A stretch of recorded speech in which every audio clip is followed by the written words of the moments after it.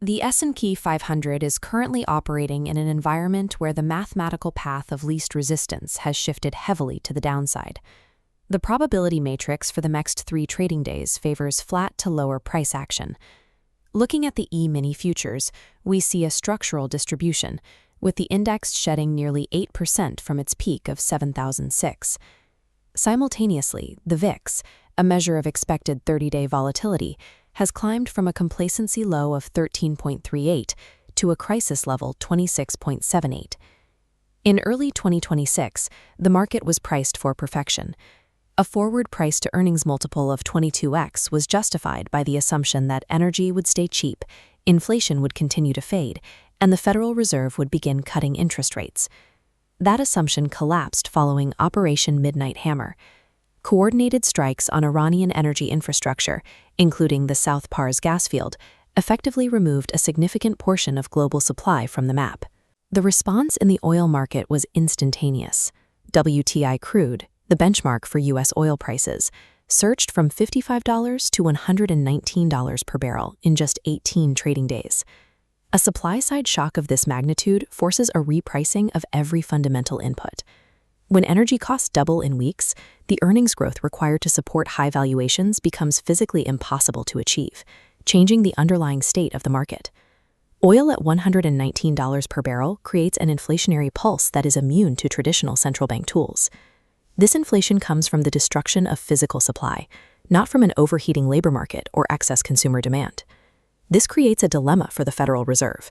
Raising interest rates to fight energy inflation risks crushing economic growth, but cutting rates to support the economy would likely cause inflation to accelerate.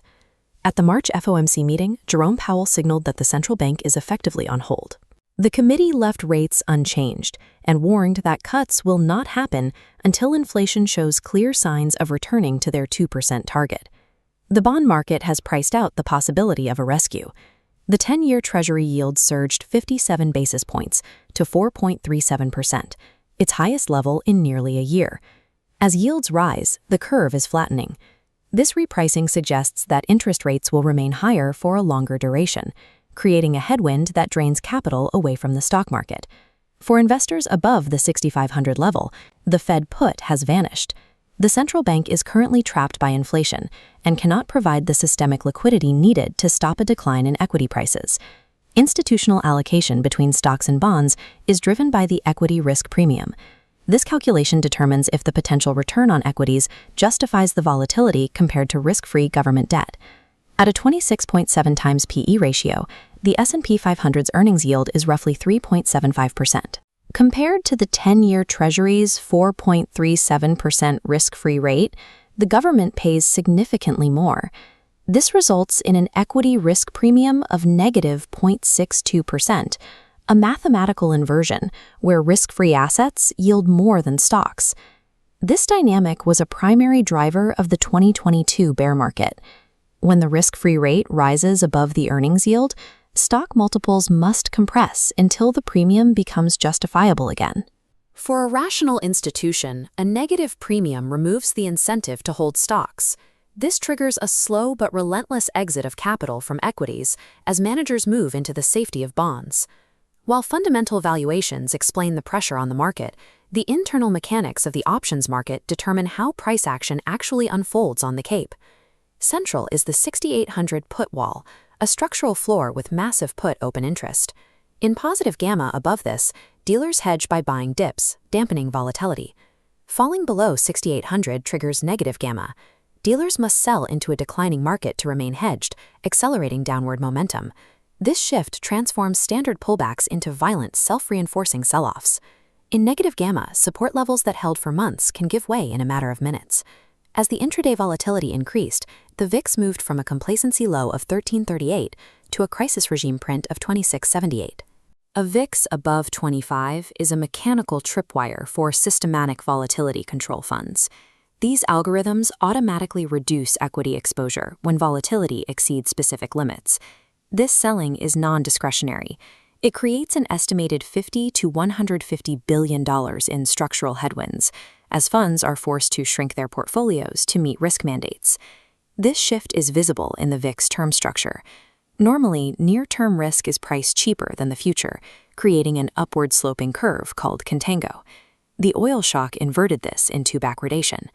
The market now prices the next 30 days as mathematically more dangerous. Backwardation, combined with algorithmic mandates, creates an invisible selling pressure. It is a headwind that fundamental traders often overlook, leading them to buy into a market that is mechanically forced to sell. Navigating a market shock requires shifting focus away from directional opinions and toward expected value mathematics. We use an integrated signal matrix weighting 5 domains. Macro and technical inputs are maxed out on bearish signals. Fundamentals expect 12.5% growth but are offset by high volatility. Factoring in unresolved geopolitics, the model assigns an 85% probability the market moves lower. This data indicates that net long exposure is a mathematically incorrect posture. The probability distribution is heavily skewed toward the downside until the underlying conditions shift. A 15% upside tail risk remains, requiring a verifiable diplomatic resolution like a formal ceasefire or the full reopening of the Strait of Hormuz. Traders must be cautious of relief rallies driven by political headlines or social media posts. Without a tangible change in energy supply, these bounces are often traps fueled by short covering rather than long-term accumulation. The specific trigger needed to invalidate the bearish outlook is a durable move in WTI crude back below $85 a barrel. In this environment, tactical adjustments are necessary. Profit targets should be reduced to 1.5 R, and stop losses must be widened to account for the increased intraday volatility. In a market defined by high volatility and a negative risk premium, the trade with the highest expected value is capital preservation. Patience is required until structural gravity has normalized.